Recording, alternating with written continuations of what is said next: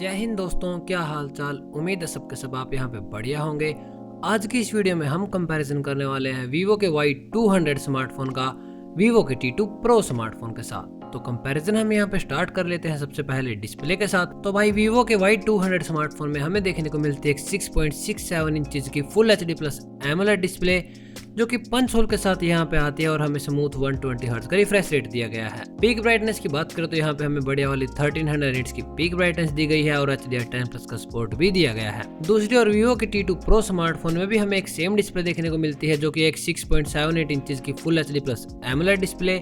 ये डिस्प्ले भी यहाँ पे पंच होल के साथ आती है और सेम 120 हर्ट्ज का रिफ्रेश रेट दिया गया है। पीक ब्राइटनेस भी सेम है दोस्तों 1300 निट्स की और HDR10+ का सपोर्ट हमें यहाँ पे भी दिया गया है। पर दोस्तों वीवो के T2 Pro स्मार्टफोन की डिस्प्ले यहाँ पे एक साइड से कर्व डिस्प्ले है जो कि आपको यूज करने में बहुत ज्यादा प्रीमियम फील होगी।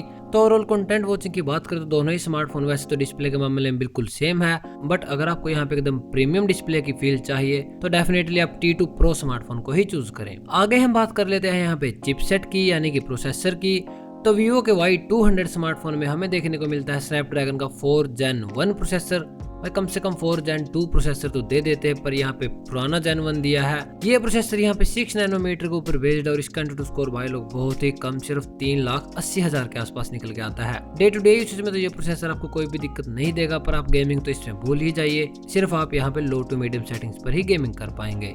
दूसरी ओर वीवो के T2 Pro स्मार्टफोन में हमें बहुत ही बढ़िया चिपसेट दिया गया है जो कि है MediaTek का Dimensity 7200 प्रोसेसर। ये प्रोसेसर दोस्तों यहाँ पे सिर्फ 4 नैनोमीटर की फैब्रिकेशन के ऊपर बेस्ड है और इसका एंटूटू स्कोर बहुत ही बढ़िया पूरे का पूरे 7 लाख के आसपास निकल के आता है। दोनों ही स्मार्टफोन में हमें यहाँ पे LPDDR4X की रैम और UFS 2.2 की स्टोरेज दी गई है। और वीवो के T2 Pro स्मार्टफोन में आप यहाँ पे हाई अल्ट्रा एक्सट्रीम 60 FPS पर गेमिंग इजीली कर पाएंगे।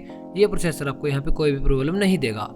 तो डेफिनेटली अगर आपको इस बजट में बहुत ही बढ़िया वाली परफॉर्मेंस चाहिए ना, तो आप वीवो के T2 Pro स्मार्टफोन को ही चूज करें। अब हम यहाँ पे बात कर लेते हैं भाई कैमरा सेटअप की। तो भाई कैमराज के मामले में दोनों ही स्मार्टफोन बिल्कुल एग्जैक्टली सेम दिए गए हैं।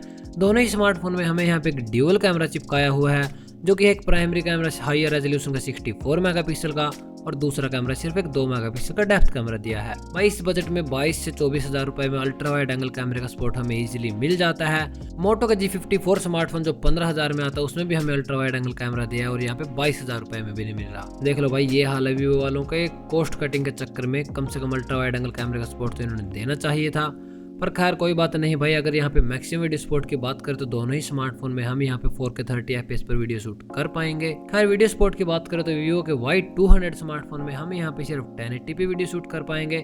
दूसरी ओर वीवो के T2 Pro स्मार्टफोन में हम यहाँ पे 4K वीडियो शूट कर पाएंगे। और दोनों ही स्मार्टफोन में हमें यहाँ पे वीडियो स्टेबलाइजेशन के लिए OIS यानी कि ऑप्टिकल इमेज स्टेबलाइजेशन का सपोर्ट दिया गया है। फ्रंट कैमरा की बात करें तो दोनों ही स्मार्टफोन में हमें एक रेगुलर सा 16 मेगापिक्सल का सेल्फी कैमरा दिया गया है जिससे कि हम बहुत ही बढ़िया वाली क्रिस्पी क्लियर सेल्फीज क्लिक कर पाएंगे। वीवो का स्मार्टफोन है भाई, सेल्फी के मामले में तो ये स्पेशलिस्ट है, आपकी सेल्फी बहुत ही बढ़िया वाली आ जाएगी। तो कैमराज के मामले में भाई आपको वैसे तो T2 Pro स्मार्टफोन ही चूज करना चाहिए 4K वीडियो रिकॉर्डिंग के लिए, अदरवाइज दोनों ही स्मार्टफोन के कैमराज बिल्कुल सेम है। अब यहाँ पे बात कर लेते हैं यारो बैटरीज की।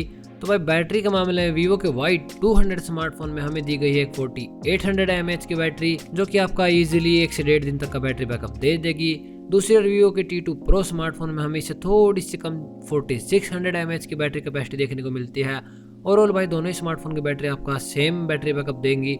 और अगर हम यहाँ पे फास्ट चार्जिंग की बात करें तो भाई देख लो वीवो के Y200 स्मार्टफोन ने हमें सिर्फ 44 वोट की फ्लैश चार्जिंग दी है।